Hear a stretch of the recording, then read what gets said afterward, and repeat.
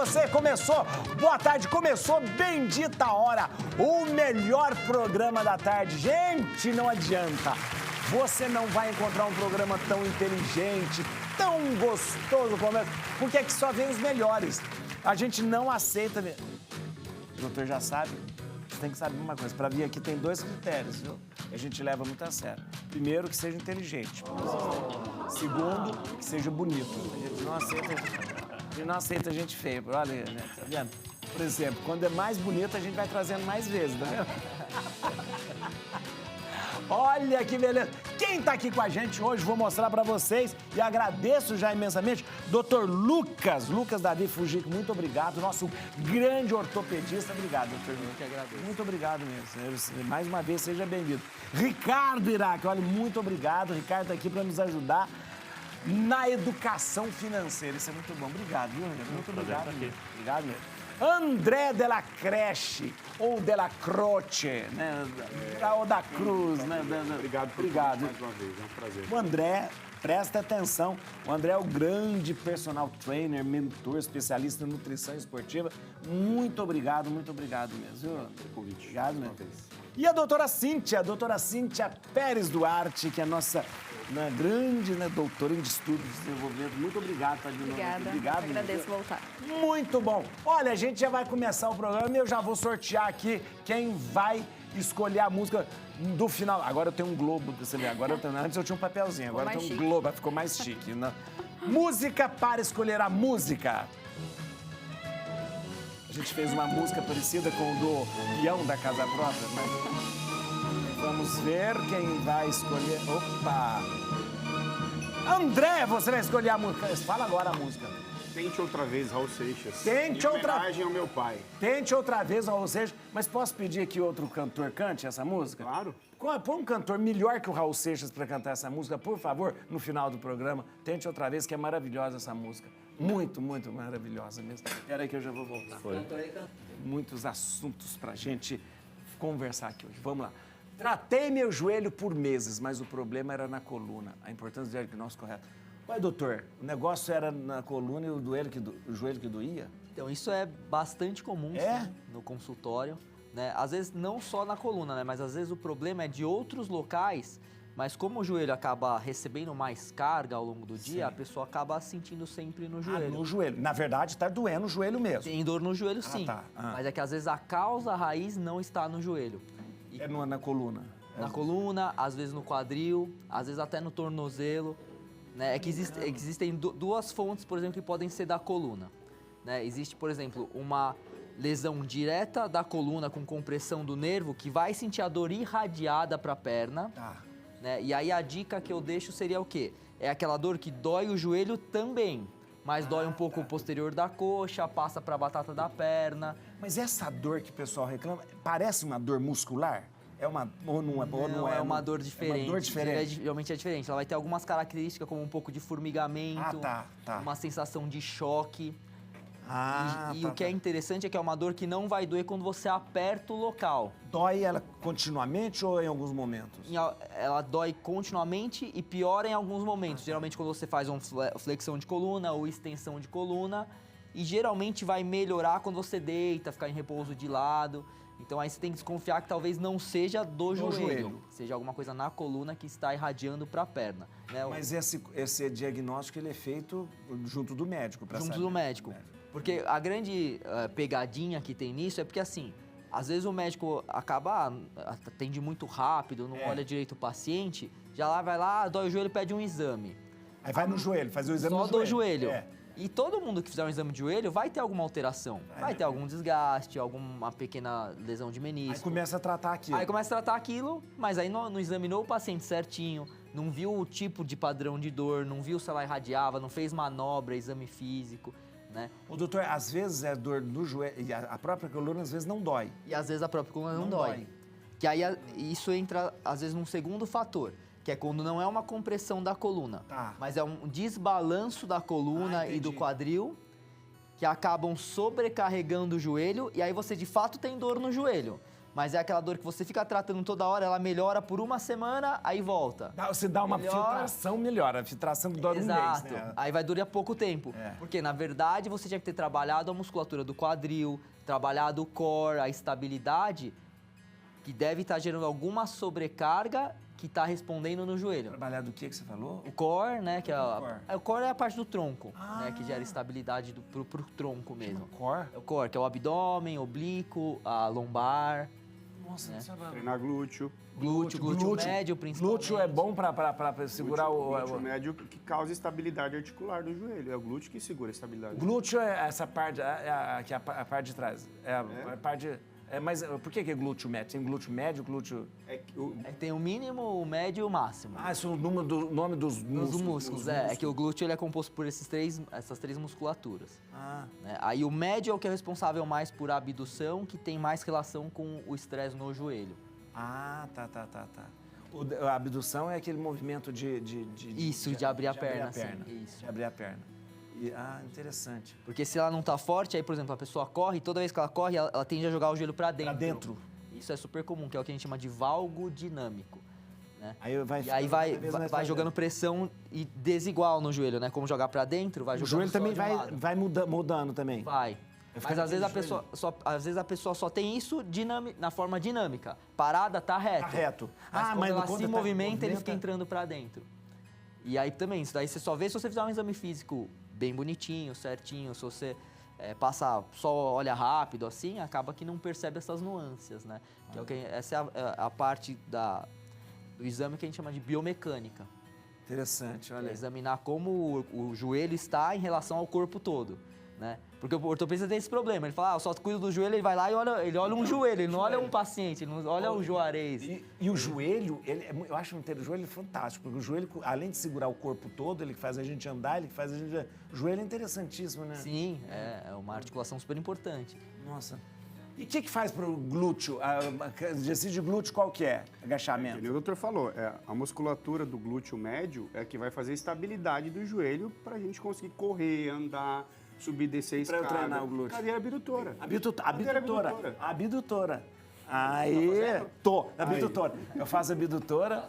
Daí faço, então, aquela que, como chama? Elevação pélvica. Elevação mas pélvica. tem que fazer abdutora. Quase morro, mas tudo bem. Fazer os dois. Vamos lá, gente, olha. Muito bem. Vamos ver aqui, ó. Feirão limpa-nome sempre vale a pena? Olha, muito bem. De vez em quando, Ricardo, aparece esses feirão. Quando a gente vê, parece que dá a impressão que vale a pena. A pessoa deve um montão, de repente, a dívida fica lá embaixo, né? Tá tendo, né? Tá tendo. Então, vale a pena, de repente, apostar nisso para limpar o nome, para pagar aquelas dívidas que a gente não consegue, não? É uma oportunidade para as pessoas poderem quitar as dívidas que elas têm, né? Esses feirões é um momento que as empresas, os credores, eles levam propostas ali de modo organizado, através de uma grande empresa de dados, hoje, né, no mercado. E essa empresa, ela divulga toda essa parte marqueteira, mais marqueteira ali do que acontece. Mas sim, é positivo isso. O que as pessoas precisam entender é que a dívida ela vai evoluindo e a gente acaba perdendo um pouquinho a noção dos valores. Sim. Ela começa um valor X, por exemplo, de 10. Desculpa, tivemos um probleminha técnico. Sabe qual que foi o probleminha técnico? A doutora Cíntia não aceitou café. Que falta. Desculpa. Olha, por isso que a gente interrompeu o programa. Pode trazer. Pode trazer. Olha, a gente tem um problema técnico com áudio aqui, mas vamos lá. Ricardo, desculpa, viu? Desculpa, viu? Vamos lá. A gente estava falando desses feirões de limpa-nome, então, e eu perguntava justamente se vale a pena, de repente, a gente poder aproveitar essa oportunidade. Sim, normalmente valem a pena. O importante é que as pessoas que devem ali para os credores conheçam também da dívida dela originalmente. Porque o volume da dívida vai crescendo, os juros vão pesando, as coisas vão crescendo, e a gente naturalmente não quer ficar olhando a dívida. Então a gente se esconde dela e quando vê o feirão, a gente vê lá, era 10 e agora estão descontando para a gente ali por 20% do valor, por 2, por exemplo. Então é importante as pessoas saberem qual que era o valor da dívida inicialmente e o quanto está tendo de desconto na ponta final, para saber se faz sentido. E eu acho que mais importante ainda do que tudo isso, não é aceitar por aceitar essa dívida do que está acontecendo. É saber se vai caber dentro do orçamento. Ou seja, se organizar, planeja e saber se essa dívida vai encaixar no orçamento para ser finalizada de uma vez só, para poder tratá-la. Porque às vezes tem ofertas assim que são muito tentadoras. Por exemplo, a pessoa está devendo tipo 100 mil, aí fala, ó, você vai pagar tipo 7 mil, 10 mil, uma coisa assim. A pessoa fala, ó, vou aproveitar, né? Mas existe também essa situação da pessoa ficar devendo e falar assim, vou aproveitar quando tiver um feirão e limpa o meu nome. Tem também isso? Existe isso. Igual a gente já espera as Black Friday no mercado, Então, as pessoas já começam a verdade. esperar os feirões que vão acontecer. Mas eu acho que as pessoas têm que pensar com mais calma no sentido que a dívida é um sintoma lá da ponta final. O que origina ela é a parte da pessoa estar desorganizada, ter um comportamento não adequado, hábitos ruins. Então ela tem que olhar mais isso inicialmente. Então, se ela olhar esse ponto, a dívida vai se tratar de algum modo, seja dentro dos feirões ou em qualquer outro momento. Ela pode buscar os credores a qualquer momento no mercado. Mas educação financeira vai ser sempre um problema. Aqui eu acho que no Brasil sempre vai ser um problema. Ninguém está educado, porque não existe isso na escola, isso não existe na conversa dentro de casa. Ninguém fala sobre educação financeira. Sim, a educação financeira é um tabu ainda para as pessoas. A gente tem um pouco de vergonha de falar, de não saber o que acontece com a gente nas nossas finanças. Então, acho que falar sobre o problema é um ponto importante, igual a gente está fazendo agora. É, verdade. A sociedade debater sobre isso é importante. As escolas colocarem isso dentro da grade. As empresas falarem sobre isso. Então, não ter vergonha é um ponto importante. Isso ser divulgado na TV, na internet é um ponto também bastante relevante. Verdade. Falar sobre problemas é uma parte da solução. Né? Colocar o problema sobre a mesa é um modo de expor e começar sendo tratado. Tá tendo feirão de limpa-nome? Tá tendo, né? Tá tendo. Aí o pessoal vai lá. Como que funciona? Vai lá, tem um pessoal, você discute com a pessoa e tal, não sei o quê, não sei o quê. Tem vários os modos. Online tem? Isso, tem vários modos. O pessoal pode ir presencialmente nos Correios, por exemplo. Tem uma empresa que cuida disso para os vários credores. Pode ir também no aplicativo dessas empresas. Tem uma empresa que costuma negativar as pessoas. Então, você pode acessar o app deles e negociar lá dentro. Né? Não, a empresa qual? Serasa? É a Serasa Experian, que é a empresa que cuida ali dos dados, que negativa a gente, mas ao mesmo tempo ela dá a oportunidade ali de comunicar com os credores para poder fazer uma negociação. Ela dá oportunidade? Dava? Sim, ela ganha um pouco sobre isso, também sobre a negociação, né? Mas ela faz esse meio de campo entre os credores, os bancos, as financeiras e nós, pessoas. Aí paga e... Gente, é uma contradição. Os Correios que vai cuidar da sua dívida, eles estão devendo. O Correio está devendo para todo mundo. É uma dívida enorme. Não, e nós vamos cuidar dessa dívida. Vamos ver aqui, ó. Restaurantes testam cardápio para quem usa canetas emagrecedoras. Como que é? Não entendi. Testa cardápio para quem usa caneta emagrecedoras. São as canetas emagrecedoras. Então, mas como que é? Mas o restaurante, o que faz eles? É assim, hoje a gente vive uma revolução das canetas emagrecedoras, né? Ozempic, Wegovy e Monjaro. Aqui, ontem que eu comecei a falar nome certo, eu falava Monjauro, é Monjaro. Monjaro. Eu falei o errado o tempo todo aqui e ninguém me corrigiu. Essa evolução que nós estamos vivendo do processo de emagrecimento é muito boa, né? Tem muita gente que nunca conseguiu emagrecer durante a vida inteira e hoje está tendo a oportunidade. Isso, eu acho interessante, é emagrecer. verdade. E, inclusive, eu fiz uma postagem sobre isso. Uma rede de fast food está se adaptando para oferecer cardápios que se encaixem para quem é usuário dessas canetas. Mas por que o cardápio é Porque a diferente? saciedade O volume, né? Entendi. come-se muito menos, né? Tá. Porque uma das ações ali fisiológicas dessa caneta é reduzir a fome. Então a saciedade chega muito mais rápido. Então, você consegue emagrecer. Nas churrascarias tem um cardápio que paga menos para quem usa. Tem. O Paulinho falou que na churrascaria tem um cardápio que paga menos para quem usa caneta. Bariátrica também. Bariátrica também? Você tem que Não comprovar. sabia disso, não. Pode comprovar. Mas aí, você falou uma rede de fast food. Então, se você comprova que usa caneta, você tem uma... Ah, é? E o custo vai ficar mais baixo, porque vai comer menos. Então, quem usa caneta vai pagar mais barato porque a quantidade é menor. E como que você fala que... Você só fala que usa caneta ou não? Tem que ter uma comprovação. Tem que ter uma comprovação. Que interessante isso. E assim, essa Receita médica. essa realidade, né, não é mais tendência, ela vai fazer com que as pessoas fiquem cada vez mais magras. E só que tem alguns riscos que a gente tem que observar para o usuário de caneta emagrecedora, que é o jeito que vai utilizar. Ele precisa ter sempre um bom acompanhamento médico. Médico, é verdade. Né? Porque o uso sem controle, sem acompanhamento, faz com que a pessoa perca muita massa muscular. Aí tá aqueles efeitos de tudo cair, né? Tudo cair. É verdade. Isso. E aí, qual que é o outro efeito que é mais perigoso? A massa muscular a gente pode recuperar depois. É o desbalanço metabólico. Quando você come pouco, o seu corpo tende a gastar cada vez menos caloria. Só que essa retomada do metabolismo para gastar de novo demora muito, às vezes nem volta. Então tem que fazer com alimentação ajustada, injeção de proteína, de carboidrato e tem que fazer musculação. Tem que fazer musculação, não adianta. Proteger massa muscular utilizando caneta tem que fazer musculação. Musculação é o que você chama de exercício resistente. Força. De força. E, o André, essa questão da alimentação, você falou assim, que o pessoal está adaptando e tal, mas você é especialista em nutrição. Não adianta só uma adaptação do cardápio, precisa que ele seja mais saudável também, né? A gente chama de valor nutricional, né? Então. A dieta ela precisa ser calculada com proteína, carboidrato e gordura, dentro de uma mínima necessidade diária desse indivíduo. Porque o que está acontecendo? As pessoas não têm fome e não comem. E pronto, e fica o dia inteiro, às vezes, sem comer. Isso não é emagrecimento. Não é emagrecimento. Isso é agressão metabólica e a longo prazo não é saudável.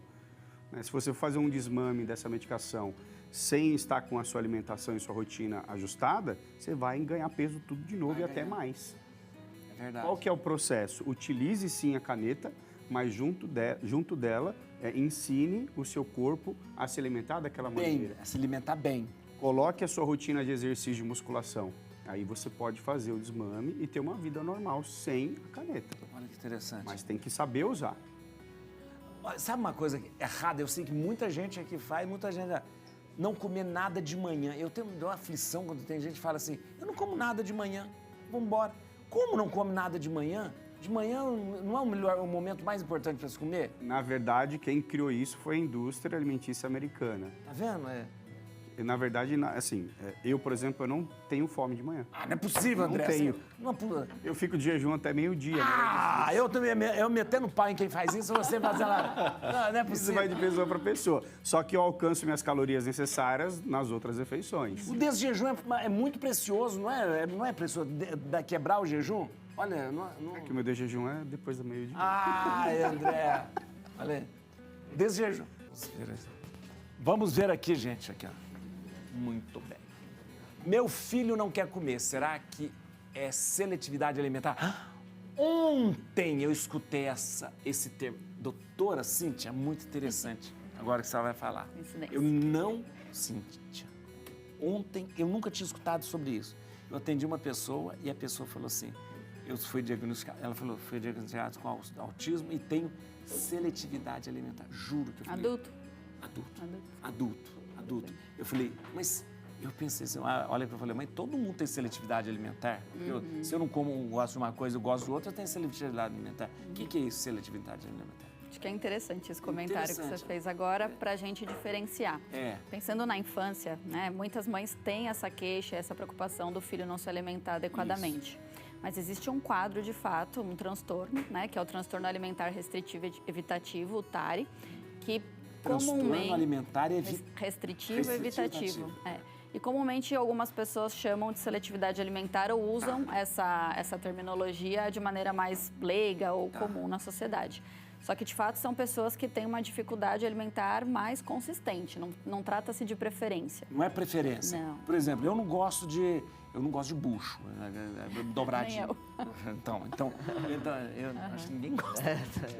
Mas isso, então isso não é uma preferência. É preferência, isso. tá. Se a gente for pensar Mas em qual que é a critérios diagnósticos de fato, tem crianças, por exemplo, que têm uma restrição tão severa que elas têm que fazer uma alimentação interal, que é por uso de sonda. Você está brincando. Isso, crianças, adolescentes, porque ela não consegue... Porque ela não come, isso. Então, tem alguns critérios diagnósticos. O TARI, especificamente, tem que ter uma restrição nutricional. Então, há um déficit nutricional para essas crianças. Não necessariamente essa criança vai ser magrinha, porque às vezes as pessoas pensam que se ele é seletivo, ele tem que ser magrinho. Não, você pode ter crianças obesas com TARI. Eu estou falando crianças pelo hábito, mas adolescentes, adultos. Porque você pode, por exemplo, ter uma seleção de 5 alimentos e eles serem hipercalóricos. Como leite condensado, chocolate, batata. Essa seletividade, você escolhe, elege alguns alimentos e come aquele. Isso. Ela pode também ter um caráter transitório entre os alimentos. Então, você citou o caso do autismo, né? Então, eu vou te falar, ela pode acontecer tanto em pessoas com desenvolvimento típico quanto atípico. Então, no caso de atípico, autismo. deficiência intelectual tem uma prevalência muito maior. Chega Mas a uma pessoa que não 70, tenha nenhuma...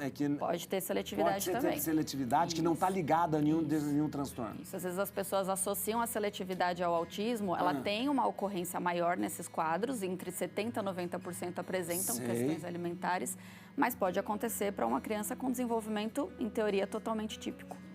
E aí ela tem um déficit nutricional em grupos alimentares, tem crianças que comem, por exemplo, só carboidrato, não ingerem nada de proteína, nada de legumes ou verduras.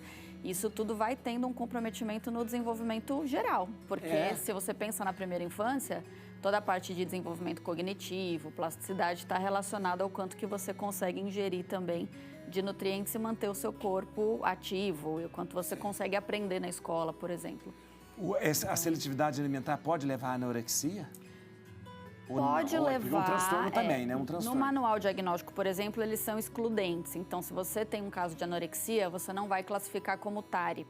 Porque no TARI você não tem uma questão de imagem corporal, igual você tem na anorexia. Na anorexia.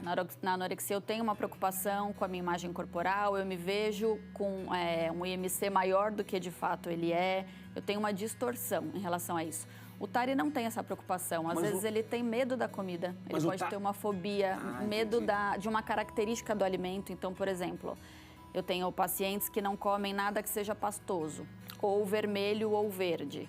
Ou eu só aceito crocantes. Então, eles podem selecionar características específicas do alimento para comer. E o TARI, ele tem fome? Ou ele não...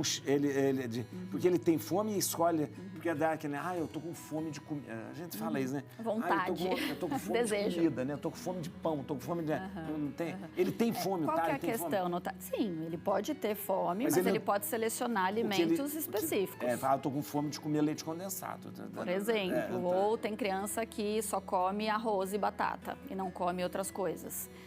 Ao mesmo tempo que eu posso ter um hiperconsumo de outros itens. Então, eu já supervisionei um caso que a criança ingeria 12 caixinhas de um achocolatado específico por dia. Todinho. Eu não ia falar nada. Eu falo, sim. O Todinho uma vez quase matou as pessoas com colatado. Então, a gente tem que olhar e ponderar o que está acontecendo, porque isso é um distúrbio, de fato, não é uma frescura. Então, isso que eu ia falar, não é, por exemplo, essa criança é muito enjoada. Nada, não. Não é isso. Não, então quando você perguntou, eu perguntei se era um adulto justamente Isso, era um por isso. adulto, era. Quando os adultos descobrem, os que descobrem que tem TARI, por exemplo, eles até se assustam porque eles não imaginam que existe um transtorno. Então o que eles dizem? Nossa, a vida inteira me falaram que eu era chato para comer, que eu era enjoado.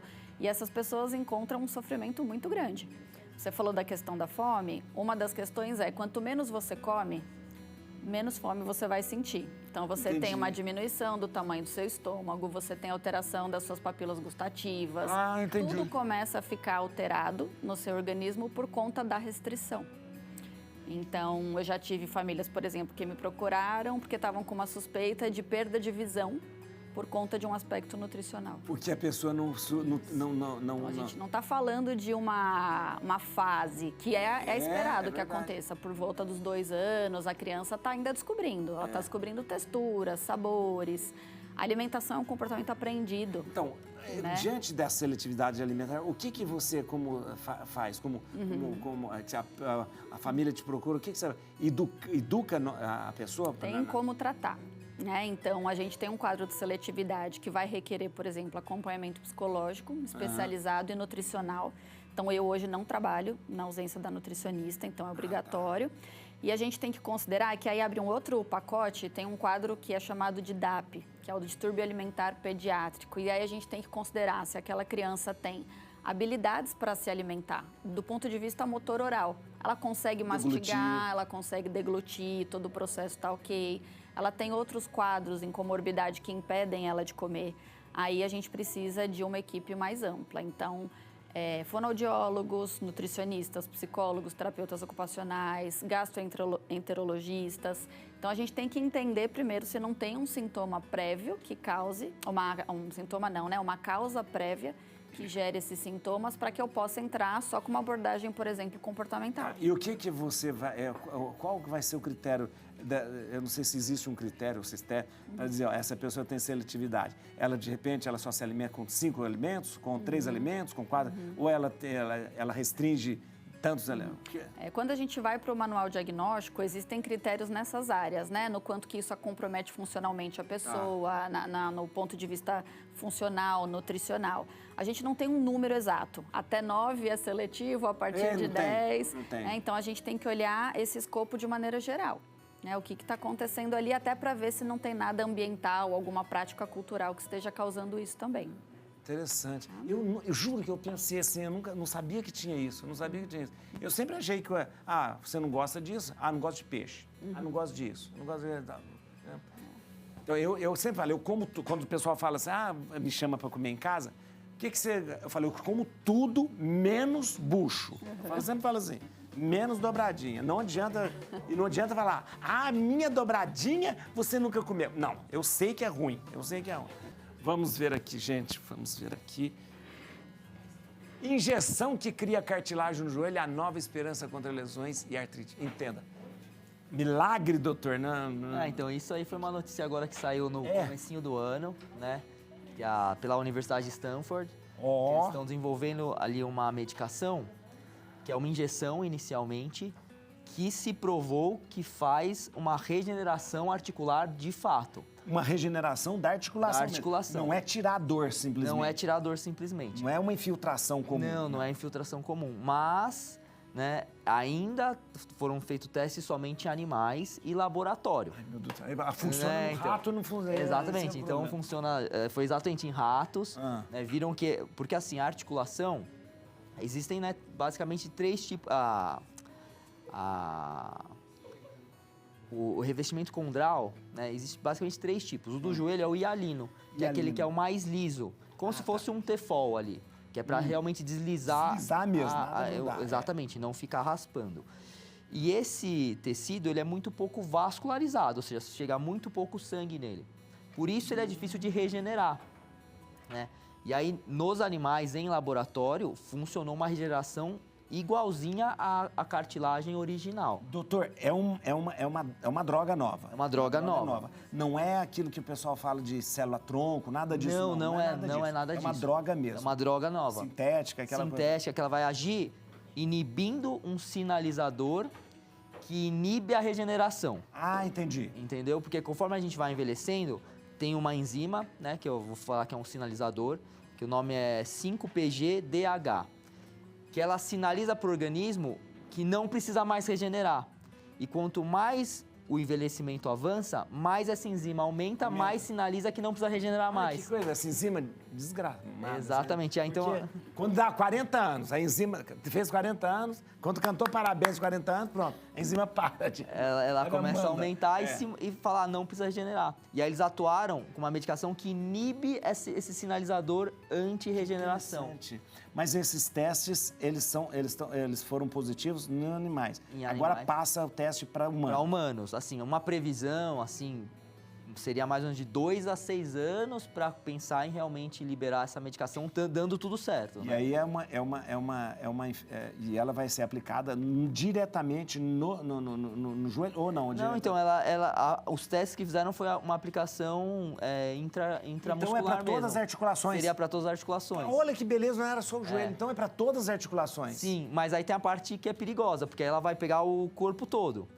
Então, assim, é por isso que eles precisam ainda testar, vamos dizer, num organismo maior e tudo mais. Porque, na verdade, a questão de articulação, essa enzima que você disse, ela faz parar toda ela diminui a regeneração. De todo o corpo, de todo o corpo. De todas as articulações, e ela também é uma das responsáveis por inibir a regeneração muscular também. Então, em teoria, esse remédio ele atuaria em 2 frentes. Gente do céu. Melhorando a sarcopenia. Era uma substância da Demi Moore lá. Nossa. Então. Nossa. Estão colocando muita expectativa. Você imagina, se é uma droga que vai evitar que você vai deixar regenerar a massa muscular, regenera a pele, regenera a articulação. Articulação regenera. Gente do céu. Beleza, né? Nossa, mãe. Vai vir um preço que a gente não vai aguentar. Mas a expectativa é para daqui 2 a 6 anos, assim, é uma coisa que saíram os primeiros estudos agora, né? Mas também é outra coisa que a gente tem que levar em consideração, porque às vezes a pessoa fala, isso é super comum, eu tenho, sempre chega lá na rede social, alguém manda, eu tenho uma ressonância que tem artrose, eu tenho dor no joelho. Mas nem sempre a dor vem da artrose também. Aí tem que ver, às vezes a dor, igual a gente conversou antes, pode ser de outro local. Ou às vezes é de partes moles, é o ligamento que dói, é o tendão que dói, é o próprio músculo. Não é a artrose que está doendo. Às vezes não é a artrose que está doendo. Então, também, às vezes, a pessoa coloca toda a expectativa nisso, mas a dor, às vezes, não está vindo, de fato, de dentro da articulação, pode ser que esteja vindo de fora. Isso é super comum também. Né? Então, Olha, tem que ter uma certa ressalva, né? Mas vamos esperar, gente, vamos esperar. Isso, com certeza. Olha, vai ser uma beleza. Músculo, coisa, tudo. Não chega a descoberta da doutora Tatiana. Da recuperação. É da doutora Tatiana, né? Que é da poliliamina, né? Isso. Poliliamina, né? A gente está vendo uma era muito Olha que boa. beleza, né? Só a indústria farmacêutica não queria avacalhar, né? Porque agora, se para de vender muito remédio, a indústria farmacêutica Tá bom pra eles. não pode. Sou eu que estou falando, não são os médicos, não. Eu posso falar. Personal online pode ser opção para sair do sedentarismo. André, então, tem muitos...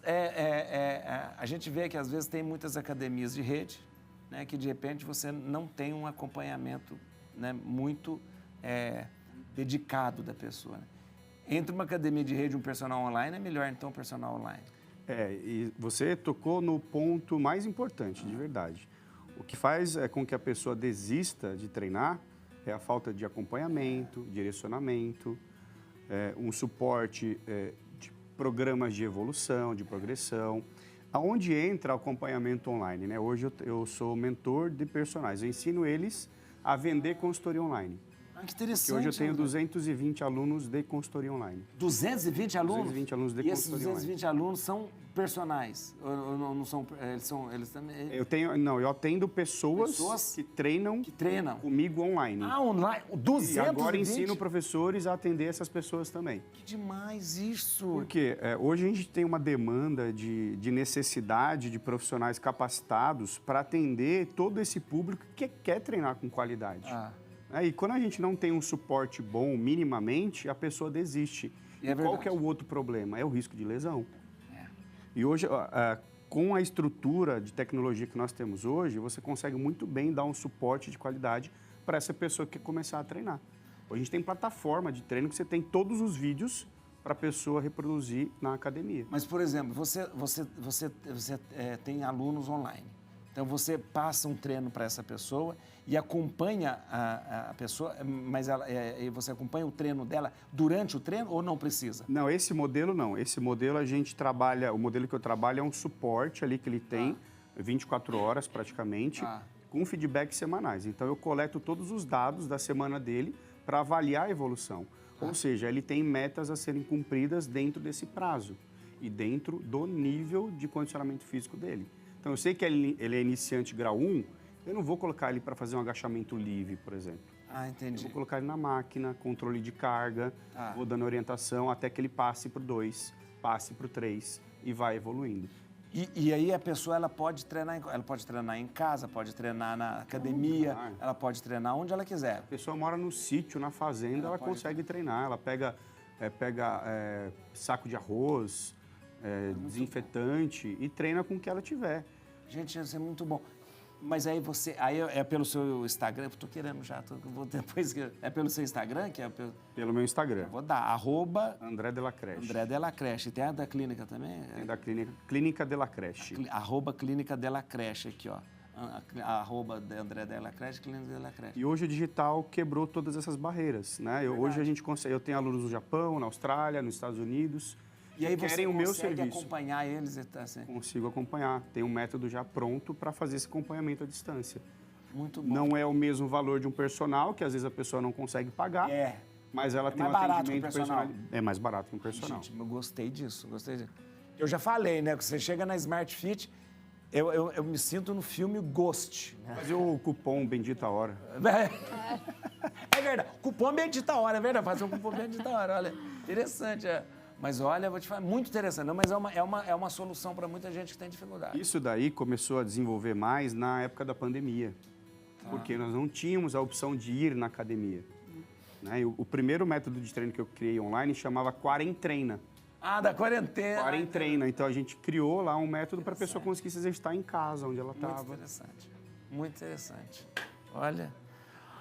Vamos ver aqui, olha. Renda sobe, mas dívida persiste. 76% das famílias começaram 2026 no vermelho. Que triste notícia, o Ricardo. 76% das famílias já começaram devendo, mas começa também com IPVA, IPTU, aquele negócio da escola das crianças, as dívidas que fez no Natal, né?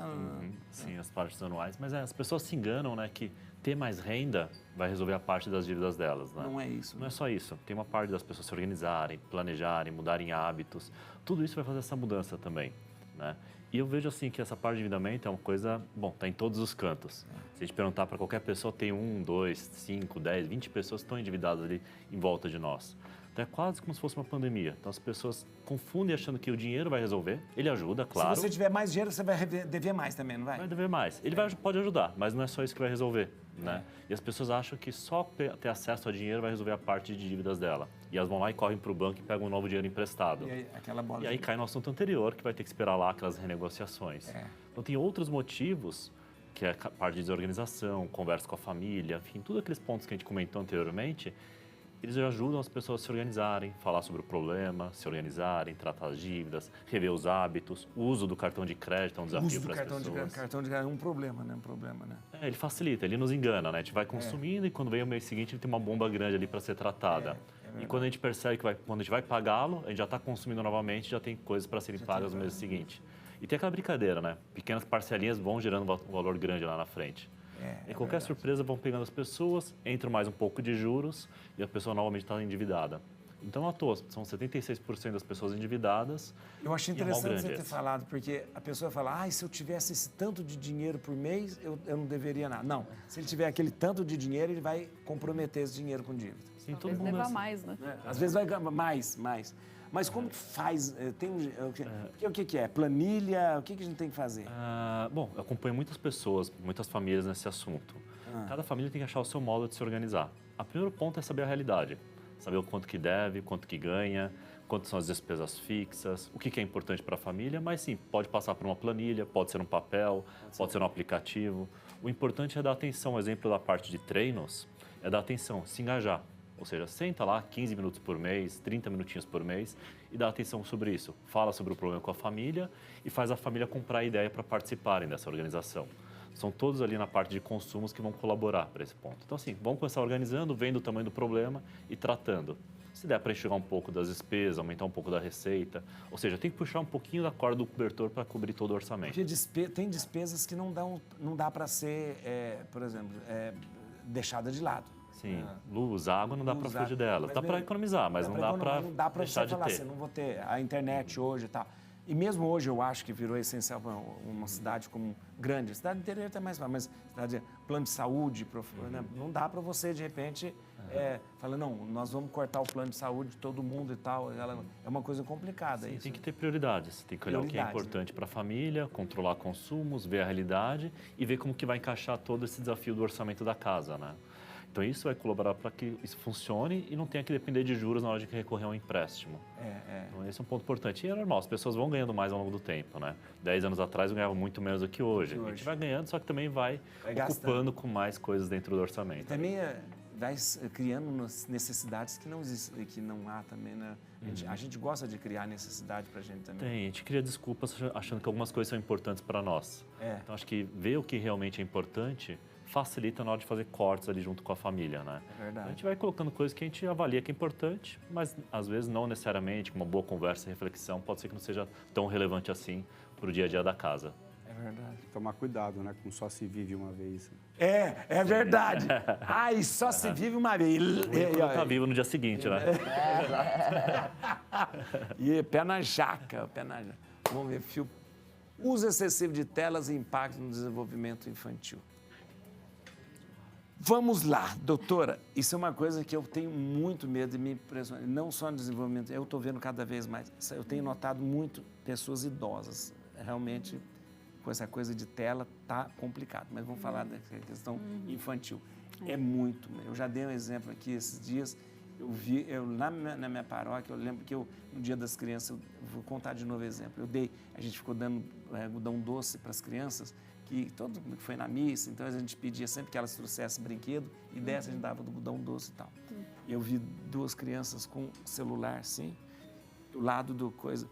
Muitas crianças querendo algodão doce, né? Só 2? Não. Então tava bom. Tava bom. Elas nem ligaram pro algodão doce. Algodão doce colorido, aquela coisa. Não dava importância. Não tiraram o olho. Eu fiquei tão triste quando eu falei, meu Deus, um carrinho de algodão doce, um monte de coisa acontecendo. O uso excessivo, ele é prejudicial para qualquer faixa etária, né? Então, a gente tem que considerar isso. Agora, pensando em desenvolvimento infantil, em cérebro em desenvolvimento e toda a sua formação, é muito mais nocivo, né? E danoso. E ainda mais para pessoas que ainda não têm autonomia para fazer escolhas inteligentes e escolhas adequadas para o seu próprio desenvolvimento. Então, já tem, assim, inúmeros estudos mostrando quais são os prejuízos de uso excessivo de telas em várias idades. Então, quando a gente considera, por exemplo, crianças de 0 a 2 anos, e eu digo 0 porque tem crianças, já bebês, que são colocados na frente da TV, no carrinho, no bebê conforto e tudo. Tem impactos, tem impactos super significativos em relação ao desenvolvimento de atenção, atraso de linguagem, né? Tem uma série de questões. Ah, mas aquilo não é um estímulo? É também um estímulo, mas é um tipo de estímulo que não é bom. Não é só o excesso. Então, tudo é muito rápido, tudo é muito ativo. É aquela coisa da dopamina, da urgência, da dopamina rápida, né? Da dopamina rápida, né? Você vai pegando crianças maiores, tem criança que fica aqui assim, só com o dedinho nos shorts. Então, elas passam a ser mais intolerantes, né, a frustrações de maneira geral, elas querem tudo rápido, não sabem lidar com tédio, tem uma redução de criatividade. E tudo isso tem a ver com alterações químicas, de fato. Então, tem algumas notícias saindo que são assustadoras, que falam de internação de crianças em clínicas psiquiátricas já. Por causa de porque elas têm um comportamento de adicto. Exatamente. Então, quando é interrompido, qual que é a tendência, né? Os pais, enfim, a gente pode falar um pouco sobre eles, mas eles liberam por N motivos, né? Porque aí também há uma permissividade com o uso de telas, porque em contrapartida eu tenho que engajar menos com meu filho. E a ausência de uso de telas significa a presença de alguma coisa com essa criança. Os pais. Se eu sou mãe e eu também estou na tela, ele pode ficar de um lado e eu posso ficar do outro, né?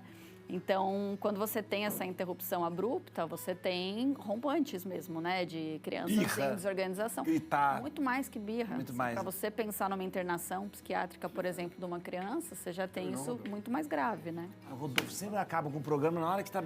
Acabou? Sempre assim, o Rodolfo...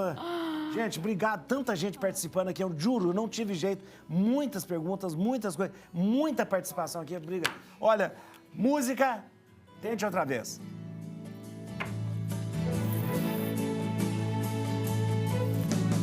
Veja. Ricardo, muito obrigado, obrigado. Atenção, gente, olha aqui, ó.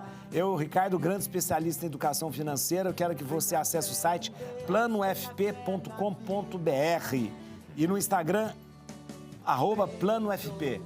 E também o Instagram do Ricardo, @Ricardo Ricari no Instagram. Obrigado, viu? Muito obrigado. Obrigado, é um prazer estar aqui. Dr. Lucas, muito obrigado. Olha que notícia alvissareira aí, ó, pra gente. O site do Dr. Lucas é drlucasfujic.com.br. Obrigado, viu?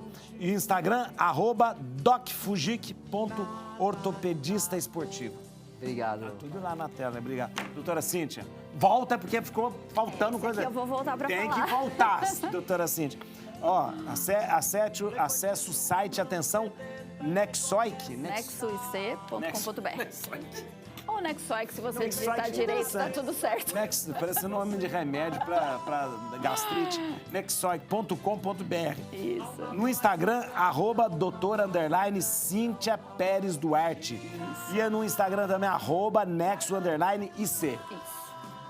André Delacreche, para ele ser o seu personal, atenção, @Clínica Delacreche, ou então @André Delacreche. Exatamente. Ou então clinicadelacreche.com.br. Qualquer dúvida, se quiser perguntar, estamos à disposição. Obrigado mais uma vez. Obrigada. pelo convite. Aumenta o som. Acabou o programa, gente. Tem